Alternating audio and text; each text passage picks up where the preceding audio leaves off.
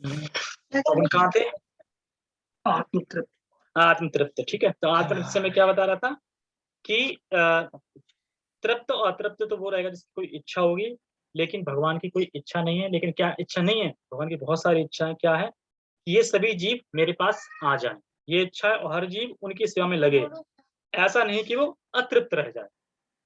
तो ये सब इच्छा है भगवान की, लेकिन फिर भी भगवान तृप्त रहते हैं। ठीक है, आगे बढ़।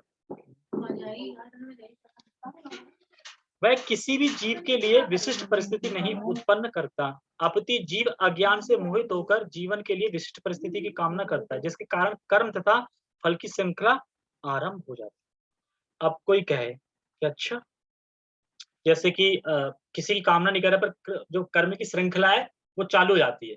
तो चालू कैसे होती है? जैसे मान लो किसी ने इच्छा करी, मैं ना पूर्ण नहीं हूँ, अपूर्ण सा लग रहा है कुछ, शादी हो जाए, फिर पूर्ण हो जाऊंगा मैं। ठीक है, तो कौन कर, ठीक है, तेरी इच्छा शादी की, शादी करी। अब शादी हुई तो बच्चे हुए, बच्चे हुए तो फिर बच्चे हुए तो फिर धीरे धीरे भगवान क्या करते हैं, बच्चे हुए, फिर जॉब लग गई, फिर ये हो गया, फिर वो हो गया, फिर ये व्यवसाय, वो व्यवसाय, ऐसे करते करते कर्मों की श्रृंखला चलती रहती है। लेकिन जीव ने इच्छा क्या करी थी? शादी। एक इच्छित करी थी, तो उसका भगवान क्या करते हैं, कर्मों की जो श्रृंखला है वो चालू कर देते हैं। कर्मों की श्रृंखला एक के बाद एक, क्योंकि शादी होगी तो बच्चे भी होंगे, बच्चे होगी तो नौकरी भी करनी पड़ेगी, नौकरी होगी तो फिर और व्यवसाय करना पड़ेगा, शादी भी करनी पड़ेगी। तो सारी श्रृंखला स्टार्ट हो जाएंगी। स्टार्ट हुई दुनिया भर की, मतलब झमेले लिखा है इसमें कि दुनिया भर का झमेला है। तो ये बता रहे हैं भगवान, इसमें श्रृंखला चालू कर देंगे, शादी, बच्चे, नौकरी, मकान, ये सब झमेला है, झमेला। तो इससे भगवान कहाँ से, इसमें भगवान कहाँ से आए? संशय क्या उठाई गई थी? क्या भगवान पाप पुण्य करा रहे थे? भगवान ही हो गए, यही तो है। तो अब इसमें बताओ कि तुमने इच्छा करी शादी की, तो भगवान कहाँ बीच में आ गए? भगवान तो पूरी करते जा रहे हैं ना। हाँ, तुम करते जा रहे हो, तुम पूरी करते जा रहे हैं भगवान। तो भगवान कहाँ से आए? वो तो केवल इच्छा को पूरा कर रहे हैं।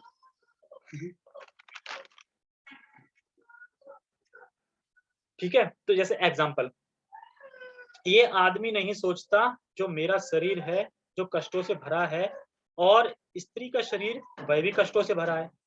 तो दो कष्ट के शरीर मिला के सुख कहाँ से, और सुख कहाँ से आएगा? और जो बच्चे होंगे वो भी दोनों दुख के शरीर से हुए हैं, तो फिर सुख है कहाँ? सुख कहाँ मिलेगा? वो कहना ना कि मैं अतृप्त सा लग रहा हूँ, तृप्त हो जाऊं, मतलब अपूर्ण सा लग रहा हूँ, पूर्ण हो जाऊं। तो पूर्ण होगा कैसा? शरीर का इंसान कष्टों से भरा है, ये वो स्त्री का शरीर अच्छा है, वो कष्ट वाला नहीं, वो भी कष्ट से भरा हुआ है। अब दोनों कष्ट के शरीर मिला के लड़का उत्पन्न हुआ, वो भी कष्ट से भरा हुआ है। तो ये सब चीज इसमें बता रहे हैं कि वो भी दुख में शरीर से युक्त है। तो सब मिला जुला के सुख कहाँ उत्पन्न हो रहा है? सुख तो है ही नहीं ना, सुख उत्पन्न नहीं हो रहा। तो ये इसमें समझा रहा है। ठीक है, आगे पढ़ते हैं। जीव परा प्रकृति के कारण ज्ञान से पूर्ण है, क्योंकि परा प्रकृति है, भगवान की संगति शक्ति बताई गई थी, तो उससे क्या ज्ञान से पूर्ण है जीव, पूर्ण से है। तो भी वह अपनी सीमित शक्ति के कारण अज्ञान के वशीभूत हो जाता है। सीमित शक्ति क्यों? क्योंकि हम छोटे हैं। छोटे मतलब हमारी शक्ति सीमित है, भगवान की शक्ति असीमित है। इसलिए कह रहे हैं कि वो, हम अज्ञान से क्यों गिर जाते हैं, मतलब जो अज्ञान है उसमें क्यों गिर जाते हैं? क्योंकि हम छोटे हैं। मानोगे नहीं लोग, चुप हो जाओ।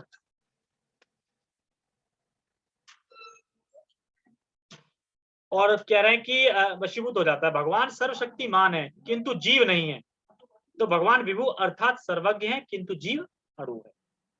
जीव आत्मा में इच्छा करने की शक्ति है, किंतु ऐसी इच्छा की पूर्ति सर्वशक्तिमान भगवान द्वारा ही की जाती है, की जाती है। तो देखो इसमें बता रहे हैं, जैसे जीव के अंदर इच्छा करने की शक्ति है, लेकिन संधि मात्र से भगवान देखते हैं, अच्छा तेरी ये इच्छा है, तो और तेरा ये कर्म है, ठीक है, इच्छा पूरी करते हैं। संधि मतलब समझते हो? संधि मतलब एक फूल का एग्जाम्पल। संधि मतलब होता है जैसे कि लोहे मैग्नेट से समझ लो। जैसे लोहा है, मैग्नेट कंट्रोल करता रहता है ना दूर से, पास तो करते नहीं। जैसे एक फूल है, खुशबू आ रही है, पास है, मतलब पास है, दूर नहीं ज्यादा, लेकिन तुमसे टच तो नहीं है ना, वो टच तो नहीं कर रहा ना तुम्हें। तो ऐसे क्या है कि जीव जब कोई इच्छा करता है तो भगवान संधि रूप में बैठे, संधि रूप में बिल्कुल पास में बैठे हैं, वो इच्छा झांप लेते हैं, मतलब सूंघ लेते हैं। इच्छा, अच्छा तूने इच्छा करी, ठीक है, और कर्म देखेंगे और कर्म के हिसाब से वो इच्छा पूरी कर दे, ठीक है, और ये कर्म ठीक है तो फिर इच्छा पूरी कर दे। आगे बढ़ो। और जो कुछ समझ में ना आए पूछ लेना, ठीक है। अतः जब अतः जब जीव इच्छाओं से मोहग्रस्त हो जाता है तो भगवान उसे अपनी इच्छा पूर्ति करने देते हैं, किंतु किसी परिस्थिति विशेष में इच्छित कर्मों तथा फलों के लिए उत्तरदायी नहीं होते। तो भगवान भी यही बता रहे हैं कि उसने इच्छा करी तो भगवान उसकी पूर्ति कर देते हैं। अब किसी भी परिस्थिति में भगवान तो उसकी इच्छा पूर्ति कर रहे हैं, तो इसके जिम्मेदार उत्तरदायी भगवान नहीं होते।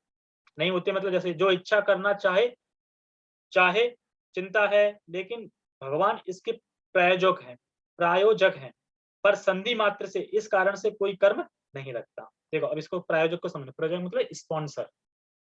स्पॉन्सर भगवान वस्तुओं की वो करते रहते हैं ना, तुमने जो इच्छा करी वस्तु को इकट्ठा कर देंगे ना, स्पॉन्सर मतलब कहते हैं ना आज का फीस्ट मैं स्पॉन्सर कर रहा हूँ, ऐसे करके मतलब तो भगवान वो देते जा रहे हैं, लेकिन इच्छा किसकी थी? खाने की।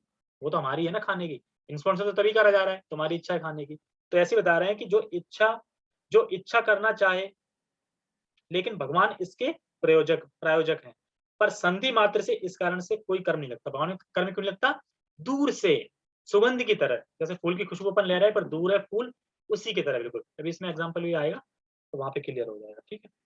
सुगंध को जैसे बता रहे हैं, जैसे मान लो फूल का जो फूल की महक दूर से लेते हैं, टच नहीं करते, और फूल दूर है पर उसकी गंध आ जाती है, और मन में क्षोभ उत्पन्न हो जाता है ना, जैसे कोई खुशबू हो, जो ज्यादा बेकार खुशबू हो तो मन में क्षोभ हो जाता है ना, खुशबू दूर है, तुमसे टच किया नहीं खुशबू ने, खाली वहां से खुशबू आई, लेकिन मन कितना खराब हो जाता है। मान लो किसी को बहुत कोई मर गया है, उसकी खुशबू आ जाए या तो गंध आ जाए, तो हृदय कैसा हो जाता है एकदम, तो भी मन में क्षोभ तो उत्पन्न हो जाता है, उत्पन्न। उसी प्रकार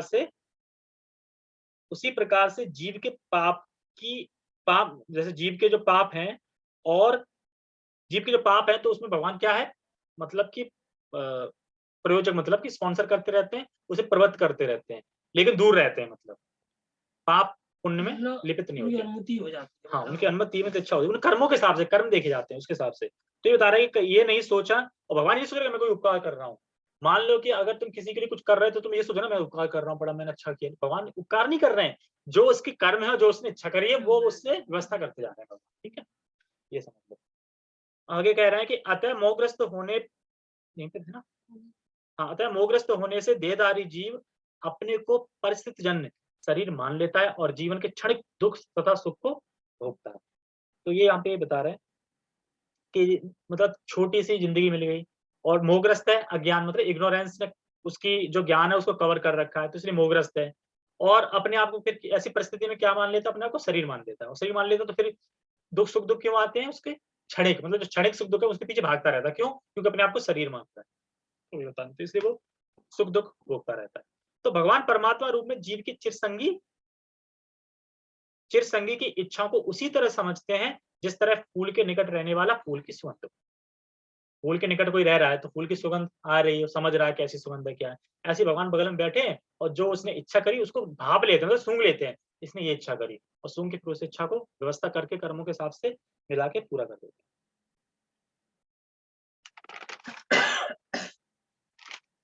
इसमें एक वर्ड आएगा, वो मुझे याद दिला देना, भूल जाता है ये, ठीक है, तो बता देना कहाँ। ठीक है। इच्छा जीव को बद्ध करने के लिए सूक्ष्म बंधन है। हाँ, ये बहुत बड़ी बात है, इसको समझ लेंगे तो बहुत कुछ समझ आएगा। इच्छा जीव को बद्ध करने के लिए सूक्ष्म बंधन है। तो बता सकता क्या कह रहे हैं प्रभुपाद जी? छोटी सी लाइन। इच्छा, पहले देखो, इच्छा जीव को बद्ध करने के लिए सूक्ष्म बंधन है, मतलब दोबारा जन्म मृत्यु जन्म मृत्यु फंसाने के लिए एकदम प्रबल है। सूक्ष्म इच्छा, सूक्ष्म इच्छा क्या होती है? छोटी सी कितनी छोटी? छोटी, कुछ भी हो, काश काश लग गई, बिल्कुल छोटी, काश लग गई, वहीं गई काश। जैसे मैं एकदम बता रहा है, सूक्ष्म का अर्थ है जो दिखाई नहीं देता। तो अब कोई इंसान किसी को देख रहा है, मान लो कोई भक्त है, बहुत अच्छा है, बहुत अच्छा हरे कृष्ण भजन कर रहा है, सब कुछ कर रहा है, अब तुमको तो कुछ दिखाई नहीं दे रहा, लेकिन अंदर है काश की मैं सीख लेता, 70 साल का हो गया हूँ, मरने का आ रहा है, काश सीख लेता। अब ऐसे सीख ले करके आंखें मुझ गई और प्राण निकल गया, यही चल रहा था मन में, सीख लेता, दूसरा जन्म तैयार। फिर क्या करेगा, शास्त्री के यहाँ कहीं जन्म लेगा, संस्कृत सीखेगा। तो ये होगी सूक्ष्म इच्छा, जो दिखाई नहीं दे रही, मतलब सामने वाला तो नहीं देख पा रहा ना, एक इच्छा तो दूसरी दिख जाती है, अच्छा तुम्हें ये चाहिए, मतलब अब अंदर अंदर पता नहीं चल रहा है वो क्या इच्छा कर रहा है, तो इस इच्छा से हमें बचना है, नहीं तो दूसरा जन्म तैयार है। तो ये कह रहे हैं मुझे संस्कृत सीखनी है पर 70 साल का हूँ, काश मैं सीख लेता, बोलते बोलते मर गया, अगले जन्म में कहीं शास्त्री के यहाँ जन्म लूंगा। तो कहीं भी काश आ गया अगर, तो काश कभी ना आना चाहिए कि काश ये हो जाता, नहीं। कहीं भी कहते हैं ना, हम जी कहते हैं वो काश काश काश करता आकाश में पहुंच गया, पर उसका काश खत्म नहीं हुआ। काश काश करते करते आकाश में पहुंच गया।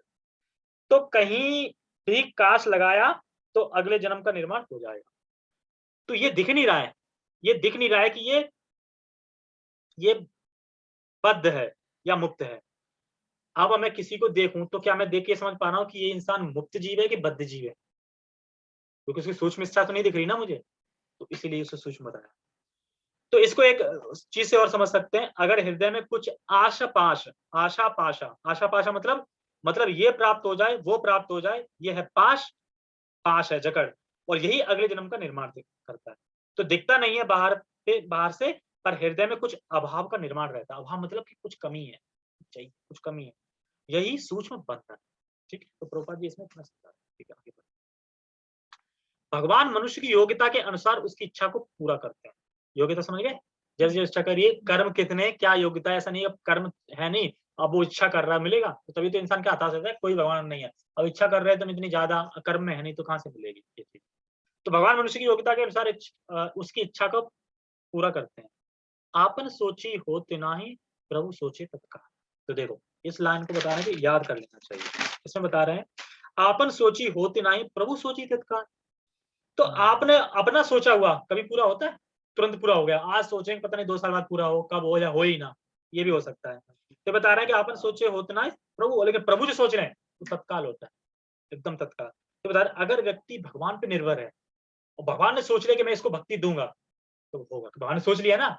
हम जो सोच रहे हैं वो नहीं होगा, हम सोच रहे हैं कि मैं काश में ये बन जाता, काश में ये कर लेता, तो हम सोच रहे हैं वो नहीं पा रहा, पर भगवान सोच लेंगे तुरंत भक्त बन जाएगा, और भक्ति से उसे कोई माई का लाल हटा नहीं सकता, क्योंकि भगवान ने सोच लिया ना, और भगवान जो सोचते हैं वो तत्काल होता है, हम जो सोचते हैं वो होता है। तो यहाँ पे बता रहे हैं अगर व्यक्ति भगवान पे निर्भर रहेगा और भगवान ने सोच लिया कि मैं भक्त बनाना है इसको, तो दुनिया की कोई ताकत रोक नहीं सकती उसे भक्ति करने से। ठीक है, जैसे भगवान इच्छाओं की पूर्ति कर सकते हैं, पर आप अपनी इच्छाओं को खुद करना चाहोगे। भगवान तो इच्छा को पूर्ति कर सकते हैं तुरंत, मतलब लेकिन इच्छा तो तुम्हें करनी पड़ेगी ना, कहने का मतलब ये। ओके, आगे याद दिलाना, भूल जाता है आगे। अतः व्यक्ति अपनी इच्छाओं को, अच्छा इसमें एक चीज और टॉपिक और है, तत्काल। तत्काल से एक चीज ये समझ सकते हैं, जैसे कि जो भगवान ने रच रखा है, व्यवस्था कर रखी है, वही होगा, लेकिन हम जो सोचते हैं, हम जो व्यवस्था करते हैं वो नहीं होगा। बहुत बार देखोगे भगवान ने जो व्यवस्था करी है वैसे ही होगा। जैसे कि कल मैंने खूब व्यवस्था करी कि आज मैं मंगल आरती गाऊंगा, आज सुबह की बात, लेकिन भगवान ने व्यवस्था कर रखी थी तुम नहीं गाओगे, और मैं कह रहा हूँ मैं गाऊंगा, तो मैं नहीं गा पाया, फिर वाईफाई बंद हो गया, वो बंद हो गया, बस एक श्लोक गा पाया था स्टार्टिंग का, उसके बाद फिर जानकी माता ने गाया। हरे कृष्ण। हाँ, हरे कृष्णा। वैसे बताते हैं कि जो एक बार भक्त ने इच्छा कर ली उसको वो तो पूरी होती है। क्या, फिर से बोलना। भक्त एक बार इच्छा कर लेता है तो भगवान पूरी करते हैं ना। हाँ, अगर भक्त ने इच्छा कर ली है वो इच्छा जरूर पूरी होगी, चाहे भले ही थोड़ा टाइम लगे, पर इच्छा जरूर पूरी। लेकिन ये भी है कि कौन सी कैसी इच्छा कर रहे हो। देखो इच्छा कोई भी करो भगवान पूरी करते हैं, मतलब, लेकिन अब ये नहीं, तुम्हारे कर्म भी देखेंगे, वो उठाएंगे वहां से कि कितना है कि नहीं इसके बैलेंस में, बैलेंस होगा तो हो जाएगा, और बैलेंस नहीं होगा तो नहीं होगा। भले तुमने इच्छा करी, अब तुम इच्छा करो काश मेरे पास 1 करोड़ रुपए होते, अब है ही नहीं कर्म में तो कैसे हो जाए, मैं तो इच्छा कर रहा हूँ। मंगल आरती का बैलेंस नहीं था। क्या? मंगल आरती का बैलेंस नहीं था जो ये हो नहीं पाई। तो भगवान की मर्जी नहीं थी ना, भगवान की व्यवस्था नहीं, मैंने तो इच्छा करी, पर भगवान कहते ना अपन सोचे तो होते ना, भगवान सोचे तत्काल। तो मैंने तो सोचा कि मैं मंगल आरती करूंगा, पर भगवान ने सोचा कि नहीं कर पाऊंगा, तो उसी टाइम पे भी बंद हुआ। कर्म पीछे से देखिए। हाँ, कि आज की डेट में नहीं था। ठीक है, और बता रहे हैं तत्काल मतलब कि वही होगा, और जैसा जो करेगा वैसा फल पाएगा, और जो जैसा करेगा वैसा फल पाएगा। ठीक है, जिसका ना होए वही जो राम रख राखा, ऐसे ही कुछ है। ठीक है, ओके, आगे बढ़ते हैं। तो अतः व्यक्ति अपनी इच्छाओं को पूरा करने में भगवान इच्छाओं की पूर्ति कर सकते हैं। ये कहाँ पे था, नहीं पता। वे निष्पक्ष होने के कारण स्वतंत्र अणु जीवों की इच्छाओं में व्यवधान नहीं डालते। अणु जीव, भगवान विभु है, हम अणु मतलब छोटे, तो भगवान के व्यवधान नहीं डालते। उसने कोई इच्छा करी, अब उसके उसमें है तो ऐसा नहीं भगवान व्यवधान डाल दे, नहीं तूने इच्छा ये क्यों करी, जबरदस्ती नहीं, ये वाली इच्छा कर, तो भगवान उसमें कोई व्यवधान डालते, जो जैसे इच्छा करता जा रहा है भगवान प्रेरित करते जा रहे हैं। ठीक है, तुम्हें ये इच्छा है तुम ये करो, तुम इच्छा कर दो, लेकिन भगवान क्या है, एकदम अलग है।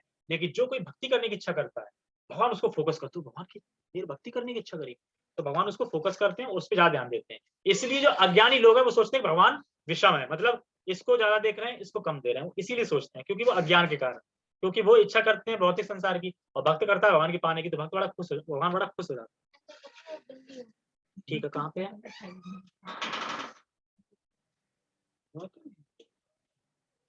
लेकिन यार कहाँ पे थे? हाँ, अणु जीवों की इच्छा में व्यवधान नहीं डालते, किंतु जब कोई कृष्ण की इच्छा करता है तो भगवान की उसकी विशेष चिंता करते हैं। बस यहीं पे क्या है, लोग जो वैसे है ना, लोग अज्ञानी, वो सोचते हैं भगवान विषम, क्योंकि भगवान ने बोला ना कि मैं, जैसे मान लो कि अगर एक पिता के 5 पुत्र हैं, लेकिन एक थोड़ा मतलब ज्यादा, तो एक पे इसने ज्यादा रहता है, मतलब ज्यादा बात मानता है पिता की, तो उस पे इसने थोड़ा ज्यादा रहता है, पर होता बराबर है सब पे, पर उस पे अधिक थोड़ा इसने हो जाता है। अधिक का मतलब ये है कि थोड़ा ज्यादा होता है ना, कि ये बेटा मेरा अच्छा है। मान लो एक दारू पी रहा है, एक वो है, तो किसमें स्नेह किस पे ज्यादा रहेगा? जो सही चल रहा कहते है नहीं उसमें वैसे स्नेह रहेगा, दारू पीने वाले। पिताजी सबको बराबर हिस्सा देंगे, लेकिन वो स्नेह वाले को अपना हिस्सा भी दे दें। हाँ, ठीक है, तो ऐसे ही भगवान क्या है, इसने ज्यादा रखते हैं। किंतु जब कृष्ण की कोई इच्छा करता है तो भगवान उसकी विशेष चिंता करते हैं और उसे इस प्रकार प्रोत्साहित करते हैं कि भगवान को प्राप्त करने की उसकी इच्छा पूरी हो। और वह क्या है, वह के बाद क्या है, सदैव सुखी रहे। सदैव सुखी रहे। आगे और? अतः हाँ, अतः वैदिक मंत्र पुकार कर कहते हैं, क्या कहते हैं, इसमें मैंने एक चीज छोड़ दी है, अभी 2-3 टॉपिक छोड़ दिए, पहले ये पढ़ लूं फिर कर। इसमें वो आया था, भूला नहीं वो अभी नहीं आया। भूल जाता है, नहीं और वो भूल ही नहीं जाता है, ठीक है। तो देखो इसमें एक टॉपिक बता रहे हैं, कर सकते हैं, जैसे भक्ति में भी हम चाहते हैं कि भगवान का प्रेम मिले, धाम मिले, तो भगवान इच्छा पूर्ण करेंगे। अभी इच्छा की बात कर रहे थे ना, अगर तुम ये इच्छा करना है कि भगवान की भक्ति करनी है, भगवान का धाम मिले, तो भगवान इच्छा पूरी करें। कैसे? क्योंकि जो लोग भगवान को पाने की इच्छा नहीं कर रहे हैं, भौतिक संसार भोगने की इच्छा कर रहे हैं, वो भी तो इच्छा पूरी कर रहे हैं ना भगवान। तो सोचो ये इच्छा पूरी क्यों नहीं करेंगे? सोच के देखो ना, जिन लोगों ने भगवान से मतलब विरोध करके, मतलब विमुख होके, इस संसार, भगवान ने संसार क्यों बनाया भौतिक सृष्टि? भोगने के लिए, भोगने के लिए, दुख के लिए हमारी इच्छा थी। तो भगवान ने सोचो, मतलब जो भगवान की तरफ नहीं आ रहे हैं, भगवान से विमुख होकर जा रहे हैं, उनके लिए भौतिक संसार बना दिया, उनकी इच्छा पूरी करने के लिए। लेकिन जब भक्ति करना चाहेगा उसकी इच्छा पूरी नहीं करेंगे भगवान, बिल्कुल पूरी करेंगे इच्छा। तो ये बता रहा है, जब भोग की इच्छा अपने विमुख होने की इच्छा के लिए पूरा ब्रह्मांड का निर्माण कर दिया भगवान ने, तो पूरा ब्रह्मांड बनाया खेलने के लिए, एक तरह से खेलने के लिए भगवान ने पूरा ब्रह्मांड बनाया। तो भगवान भक्तों जो भक्ति करेंगे तो क्या उनकी मदद नहीं करेंगे? तो बस हमें धैर्य रखना है, धैर्य मतलब कि धैर्य रखना है कि हाँ भगवान करेंगे। और सदैव सुखी हैं, इसमें कह रहे हैं, देखो बहुत अच्छी बात है कि कर्म फल मामले में भगवान विषम नहीं है। बुरा करना है और अच्छा करना है, मतलब बुरा करना है बुरा करो, अच्छा करना अच्छा करो, कोई मतलब नहीं आपको। पर जैसे ही कोई भक्ति करता है, तो करना चाहता है, तो भगवान पार्सल हो जाते हैं। पार्सल मतलब कि उस पे ज्यादा स्नेह हो जाता है भगवान। जैसे कि भक्ति करना चाहते हैं तो पार्सल हो जाते हैं और मदद करना शुरू कर देते हैं। ठीक है? नहीं और आप कह रहे थे भगवान विषमता के दोष नहीं है, और यहाँ कह रहे हैं कि पार्सल हो जाते हैं, ये क्या मतलब है? अभी पीछे संशय का था कि भगवान विषम नहीं है, सम है, लेकिन यहाँ तो आप कह रहे हैं कि भगवान पार्सल हो जाते हैं, मतलब भक्तों में ज्यादा स्नेह करने लगते हैं, जैसे भक्ति करता है। तो कह रहे हैं भगवान में दोनों गुण हैं। भगवान में ऐसा कोई हो सकता है गुण ना हो? पूर्ण भगवान कैसे होंगे जब हर गुण होंगे? बस वही है कि ऐसे पिता का एग्जांपल दिया वैसे करके। ठीक है, तो आगे बढ़ते हैं। तो इसमें एक मंत्र पुकार से एक उसमें श्लोक दिया है कौशिक की उपनिषद से। एष उ होव साधु कर्म कर्यातु त यमेभ्यो लोकभ्येभ्य उनिष्यते ऐशु ओ एव साधु कर्म कार्यते यमधो निशीते। तो भगवान जीवों को शुभ कर्मों में इसलिए प्रवृत्त करते हैं जिससे वे ऊपर उठें, और भगवान उसे अशुभ कर्मों में इसलिए प्रवृत्त करते हैं जिससे वह नरक जाए। तो नरक जाते, तो यहाँ पे संशय है कि देखो, भगवान ने मजे के लिए तो किसी को पापी बना दिया, मतलब मजे के लिए, मतलब ऐसा ऐसा यार तू पापी बन, तू पुण्य बन जा, तू पुण्य कर, मजे में बना दिया क्या? तो कह रहा बना दिया, ये प्रधान, क्योंकि ये इंद्रिय कहां से आई है? प्रधान, प्रधान, ये देह इंद्रियां प्रधान से आई हैं, बताया था। अब दे दिए, मतलब भगवान ने प्रधान दे, मतलब प्रधान भगवान से आया, प्रधान ने देह इंद्रिया दे दी, और भगवान ने मजे मजे में कह दिया अब तुम करो, तुम पाप करो, तुम पुण्य करो, बस तुम नरक जाओ, तुम ऊपर उठो, ये सब भगवान ने लगा दिया, भगवान कर रहे हैं, ये संस्कार आ रही, तो भगवान ने कर दिया सारा कुछ। तो कह रहे हैं नहीं, ऐसा लग रहा है भगवान जबरदस्ती ऐसा कर रहे हैं, पर भगवान ही सब कुछ करने वाले हैं, भगवान ही सब जीवों को खराब या अच्छी योनि देने वाले हैं। ये संशय चल रहा है अभी, संशय मतलब कि ऐसा लोग कह रहे हैं कि भगवान ही तो कर रहे हैं ना, सब कुछ करने वाले हैं। आगे पढ़ते हैं फिर इसका संशय कौशिक की उपनिषद। फिर एक और इसमें श्लोक कह रहे हैं, अज्ञो जंतुर्निशीयो अमयात्मना सुखदा खयो ईश्वर प्रेरितो गच्छते स्वर्ग वार्ष्म सिचा। जीव अपने सुख दुख में पूर्णतः आश्रित है, परमेश्वर की इच्छा से वह स्वर्ग या नरक जाता है, जिस तरह वायु के द्वारा प्रेरित बादल। तो बता रहे हैं देखो, उसको तो पता नहीं कि वो जीव है आत्मा है, जीव को पता है कि मैं जीव हूँ आत्मा हूँ, जो संसार में लोग पढ़े उन्हें पता नहीं मैं जीव हूँ आत्मा है कौन हूँ, और भगवान स्वभाव के अनुसार प्रेरित करते हैं, स्वर्ग या नरक जा रहे हैं, तो भगवान ही कारण हो गए ना, तो जीव को क्यों दोषी माना? एक्चुअली टीका में क्या हुआ था, ये संशय पहले रखा गया था, ठीक है। प्रभुपाद ने पहले क्लियर कर दिया पूरा संशय, संशय बाद में रखा, मतलब ये संशय था, तो ये ऐसे से निवारण जो अपन पहले पढ़ते हैं, ठीक है, लेकिन फिर ये हो जाएगा। आगे कह रहे हैं कि प्रेरित जैसे वायु बादल प्रेरित, ठीक है। अतः देहधारी जीव कृष्ण भावना की अपेक्षा करने की अपनी अनादि प्रवृत्ति के कारण अपने लिए मोह उत्पन्न करता है, और फलस्वरूप स्वभावतः सच्चिदानंद स्वरूप होते हुए भी वह अपने अस्तित्व की लघुता के कारण भगवान के प्रति सेवा करने की अपनी स्वाभाविक स्थिति भूल जाता है। अब देखो क्यों ऐसा हो रहा है, भूल जाता मतलब ये बता रहे हैं उसका ज्ञान इतना लघु है, मतलब जो जीव है उसका ज्ञान इतना लघु है, छोटा है, और आत्मा भी इतना छोटा अंश है, तो अपनी अस्तित्व लघुता के कारण भगवान के प्रति अपने स्वाभाविक, मतलब वो छोटा है, उसका ज्ञान छोटा है, इसके कारण, ज्ञान अगर बड़ा होता, ज्ञान होता तो फिर तो ऐसा होता ही नहीं, ज्ञान कम है जीव का, तो स्वाभाविक बता रहे हैं, तो स्वाभाविक सेवा जो उसकी क्या है, नेचर, सेवा क्या है, नेचर मतलब नेचर ही है कि सेवा करनी है किसी न किसी की, लेकिन उसका ज्ञान छोटा है, लघु है वो, तो अपने सेवा नेचर स्टार्ट को भूल जाता है, मतलब जो उसका नेचुरल है सेवा क्या है, भगवान की सेवा करना, उसको तो वो भूल जाता है क्योंकि उसे छोटा है, ज्ञान छोटा है उसका, भूल जाता है, और इस तरह अविद्या यानी इग्नोरेंस के द्वारा वो बंदी बन जाता है। तो बंदी बनने के बाद फिर वो ये सोचता है सारा कुछ कि सब कुछ तो भगवान ही करा रहे हैं, ये संशय उठ रही है ना, सब ऐसे ही बोलते रहते हैं, तो इसके कारण, तो इस श्लोक में यही लिखा है कि हम भक्ति क्यों नहीं कर पाते, क्यों, क्योंकि अनादि प्रवृत्ति, मतलब अनादि यानी शुरुआत। हाँ, फ्रॉम द वेरी बिगिनिंग, मतलब इसकी शुरुआत नहीं है, जब से आत्मा ने जन्म लिया है तब से उसको कृष्ण भावना की अपेक्षा मतलब इग्नोर करना, और ये सब बेकार है, इसको उनको फॉलो नहीं करना चाहिए। तो कह रहा है ये जो जो उसका प्रवृत्ति है, तो अनादिकाल से प्रवृत्ति है, और उसको कृष्ण भावना की उपेक्षा कर दी है। उपेक्षा मतलब कि हम उपेक्षा करके तो आए ना, यहाँ पे उपेक्षा करके, हम तो भगवान से उपेक्षा करके आए, तो अनादिकाल से हम उपेक्षा करके आए, और ज्ञान हमारा छोटा है, तो हम कैसे फिर पाएंगे, पहुंच ही नहीं पाएंगे भगवान के पास, ठीक है। इन भक्तों का संग वगैरह हो जाएगा तो पहुंच जाएगा। तो इसीलिए क्या है, कुछ लोग बोलते हैं ना सब बेकार है, इसको कुछ नहीं होता, यही अरे मजे करो, पार्टी करो, ये सब करो, ये सब लोग कौन सोचते हैं, वही अनादिकाल से हैं, छोटी बुद्धि है, छोटा ज्ञान है, और फिर इग्नोरेंस ढक लिया उनके ज्ञान को, तो फिर वही सब बोलते हैं भगवान के बारे में, कहाँ थे, भूल जाता है, और इस तरह वह अविद्या द्वारा बंदी बना ले जाता है। तो अज्ञानवश जीव यह कहता है कि उसके भवबंधन के लिए भगवान उत्तरदायी, तो अज्ञानवश कह रहा ना, कैसे भगवान उत्तरदायी नहीं है, भगवान उत्तरदायी कैसे नहीं, कैसे हम समझ सकते हैं, फूल के एग्जाम्पल से, जैसे कि फूल के निकट खुशबू आती है, ऐसी भगवान हृदय में है, सुगंध ले लेते हैं कि ये इच्छा करी और प्रवृत्त कर देते कर्मों के साथ। भगवान इसमें कहाँ है, इच्छा उसने करी, शादी करी, बच्चे हुए, काम नौकरी सब करी ना, इच्छा तो शादी से ही हुई ना सारी चीजें, तो भगवान तो उसकी इच्छा पूर्ति कर रहे हैं बस, तो थोड़ी भगवान उसमें, तो ये कह रहा है। और बता रहे हैं कि देहधारी जीव कृष्ण भावना की अपेक्षा करने की अपनी अनादि प्रवृत्ति से उसकी बेसिक जो नेचर है उसके कारण मोह उत्पन्न होता है, और वो संसार से अटैच हो जाता है, और भगवान को हमेशा अपेक्षित करता है, मतलब संसार में अटैच है, भोग में, वो भगवान को हमेशा इग्नोर करता रहता है, अपेक्षित करता रहता है, उपेक्षा करता रहता है भगवान की। तो इस्कॉन जो, अब कोई बोले इस्कॉन जो करो, तो कहते हैं ये सब बेकार है, अरे पार्टी करो, रॉकिंग मैन, ये सब चीजें बोलते हैं, ये वही सब चीजें होती है, ठीक है। एक श्लोक और इसमें वेदांत सूत्र में भी कहते हैं, वैषण्य घृणे ना सापेक्ष तथा ही दृश्यति, मतलब भगवान ना तो किसी के प्रति घृणा करते हैं और ना किसी को चाहते हैं, यद्यपि ऊपर से ऐसा प्रतीत होता है।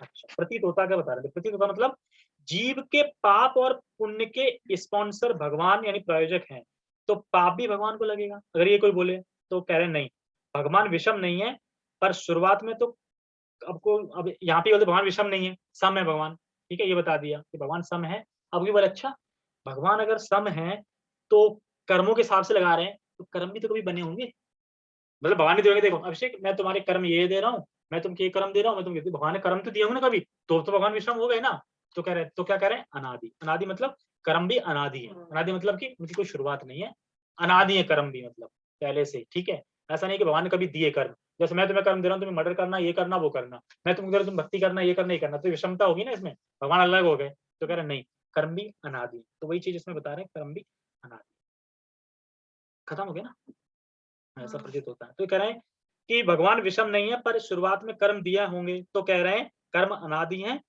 और अनंत नहीं है। कर्म अनादि है पर अनंत, अनंत मतलब ऐसा नहीं कि बहुत है, तो आएगा मान लो भक्ति सही से कर ली तो कर्म सारे खत्म हो जाएंगे ना, नष्ट हो जाएंगे, लेकिन अनादि है कर्म, अनंत नहीं है। तो इस श्लोक में हमने ये सीखा, भगवान विषम नहीं है, सम। सम मतलब सबको लिए कर रहे हैं, सबको पाल रहे हैं, ठीक है। लेकिन जो भक्ति करता है भगवान की तरफ, उस पर थोड़ा इसने ज्यादा रहता है, ओके। और जीवों की इच्छा के अनुसार वह अपने उनको सुविधा दे रहे हैं, जैसे जीव को इच्छा है वैसे सुविधा देते हैं भगवान, ठीक है। और सुविधा दे रहे हैं उनका सुविधा, हाँ सुविधा प्रदान करते हैं। और अज्ञान का कारण, और जो व्यक्ति जीव है वो अज्ञान के कारण सोचता है कि भगवान विषम है। और जो विज्ञ लोग हैं वैसा नहीं सोचते हैं, वो जानते हैं कि भगवान तो इच्छा पूर्ति कर रहे हैं, जो जो हमने इच्छा करी है पूर्ति करते जा रहे हैं। लेकिन जो अज्ञान लोग हैं, जो अज्ञानी लोग हैं, वो सोचते हैं कि भगवान विषम, ठीक है। तो यही इसमें संशय था कि क्या हम जो पाप पुण्य कर रहे हैं वो भगवान भोगते, मतलब भगवान उनके कारण है कि नहीं, हम खुद ही कारण है, जीव कारण है, भगवान किसी कारण नहीं। भगवान तो एकदम दूर बैठे हैं और बस जैसे इच्छा करते जा रहे हैं, आप करते जा रहे हैं, ठीक है, ओके। हरे कृष्ण। ठीक है, लेट हो गया। जगत गुरु शील प्रभुपाद की जय, श्रीमद् भगवद गीता की जय, निताई निताई गौर प्रेमानंदे, हरि हरि बोल, हरे कृष्णा। हरे तो कृष्ण। आज लेट हो गया, ये लो अपना बच्चा। क्योंकि लेट इसलिए हो गया, कोई है ही नहीं, ठीक है ना। ये मोहिनी चलो ठीक है फिर, हरे कृष्णा। हरे कृष्ण। एक गिलास में ले जा रहे हैं, तेरे पास तो और भी रखे।